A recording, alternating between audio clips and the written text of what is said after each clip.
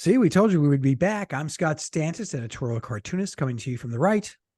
And coming to you from the left, I'm Ted Rall, editorial cartoonist. And, a promise from the DMZ America podcast is like a promise from Bitcoin, one you can take to the bank, but that will be ignored.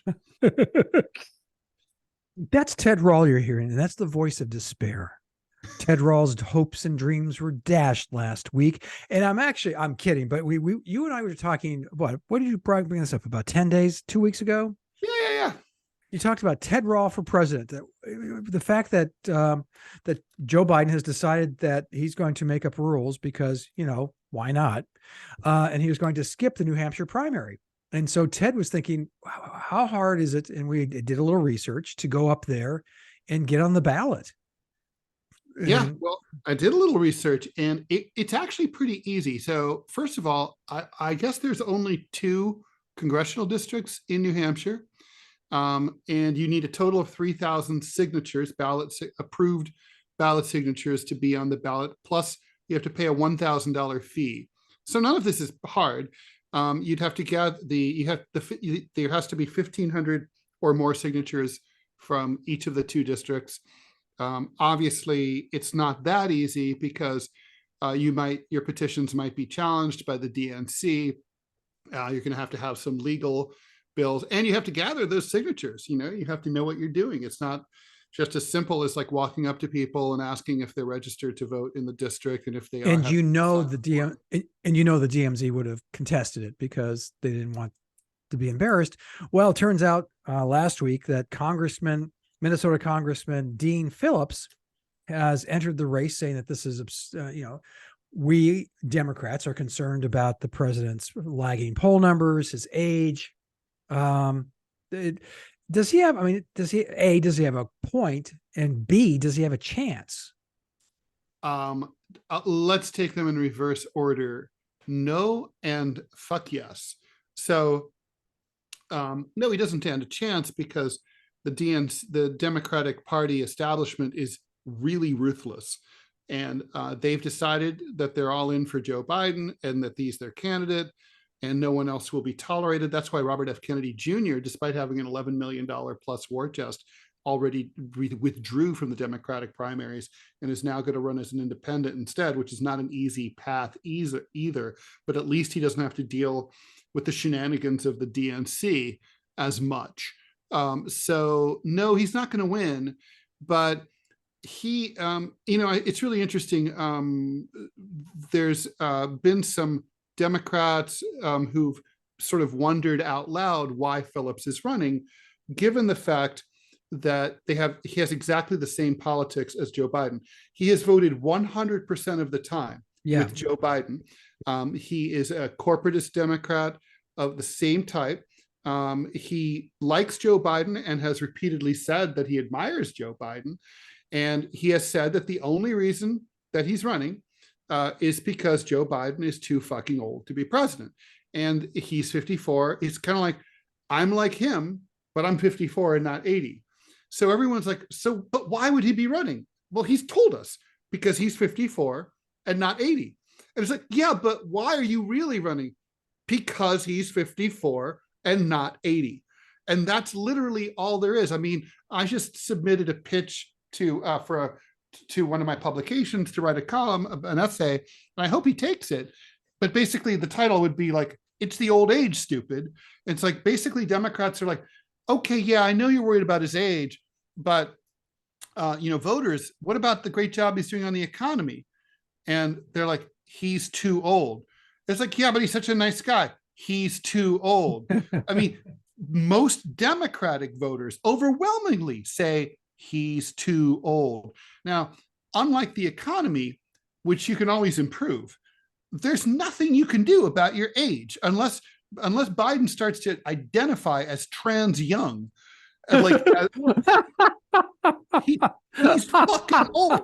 He's not going to get younger. And if he figures out how to get younger and he tells me that he's going to share that secret with me, I will vote for him, but not under any other circumstance. I mean, this is inexorable, right?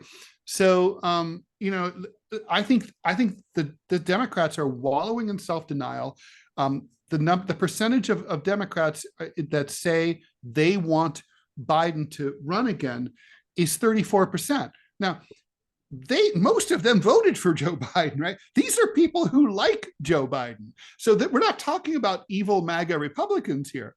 So the Democratic Party has a massive problem. And Dean Phillips provides a home to those who say, I like Joe Biden's policies, but I do think, and I think he may have done a good job for the past 3 years, but I do think it's time for him to retire and step aside in favor of someone who's younger. And so people who feel that way, or who are disgusted by having, a coronation, are going to find a home in Dean Phillips. And I think he's a vessel. It doesn't matter who he is, how he made his money. He made it from liquor. It doesn't really matter. It's like his name doesn't matter. His personality doesn't matter. Basically, it's like, I'm like Joe Biden, but young. I mean, that's my take. That's fascinating. No, and it's and the fact of the matter is he'll win. The chances are very good that he will win the New Hampshire primary. Yes. Now the optics of that are terrible for President Biden. Yes. I mean, Joe Biden's running a write-in campaign. Do you know that? No, in New Joe Hampshire, Biden has Democrats from Biden have launched a write-in campaign in New Hampshire. So just listen to the tardosity of this move. He got himself removed. He asked to be taken off the ballot, that he now is going to work to spend money to try to win, not lose too much by winning as a write-in. What was his motivation not to be? Because if you doubted he was senile. There it is right there. Anyway, what? I'm still, to this day, I don't understand the stratagem that he's trying to follow or establish by pretty much ignoring and leapfrogging Iowa and New Hampshire. He wanted the primary to start in South Carolina, which, here's what he was thinking. So you remember how, like, in the early years of the War on Terror, some anonymous Bush administration official said, something about like, we make history and the rest of you guys just sit back and watch. And that's kind of like what the Democratic establishment under Biden thought. Here was their thinking. In 2020 and in previous elections, the corporate Democrats backed by the DNC, in this case Biden, previously Hillary Clinton, and so on, they tended to get beaten up in Iowa and New Hampshire, which were progressive. Like, Iowa's very progressive, New Hampshire's is more liberal. So like in 2020, Bernie Sanders won in New Hampshire, and I think, if memory serves, either won or made a very strong showing in 2016 against Hillary.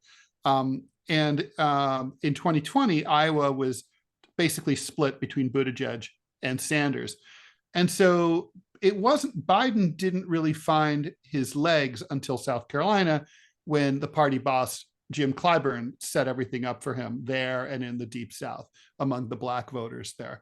So Biden's looking at that and thinking, well, that's kind of fucking embarrassing. I want to come out of the gate strong. I want the first primary I want to win the first primary. I don't want to lose the first caucus and then lose the first primary and then only later start to win primaries. And so he's like, so we'll lop off the first two. That's all he was thinking. So it was just for the optics of the coronation. Personally, I think he's an idiot. I mean, it's like, so what? That's just how it goes. You're still going to be the nominee anyway. It's in many cases where you feel like you have a problem, your solution will be worse than your problem. That's what he's just done. He has pissed off the people of New Hampshire to know, who really value and take their traditional role as the nation's first very seriously. I mean, there's not a lot going on in New Hampshire, right? Except it's cold. It's like, so basically every 4 years, they get to be at the center of the national limelight. They're in that spotlight. They love that. It's like, so Biden's like, fuck you, your party's over. And it's my party and I'm moving it to South Carolina. And so that created the vacuum for Dean Phillips to amble in with his $1,000 fee and his 3,000 ballot signatures. And it's going to embarrass the shit out of Joe Biden. Yeah. And now he's going to have a candidacy that's going to be in South Carolina and other places. And I guarantee you, there's a lot of pent up anti-Biden sentiment inside the Democratic Party. Well, I think you're right, but I think within the establishment Democratic Party, it's the same old, same old. They're going to continue to support Biden, and I know so little about Dean Phillips, but the fact that there's going to be a viable name on the ballot. Yeah. That's not Ted Rall. That I'm sorry. Me too.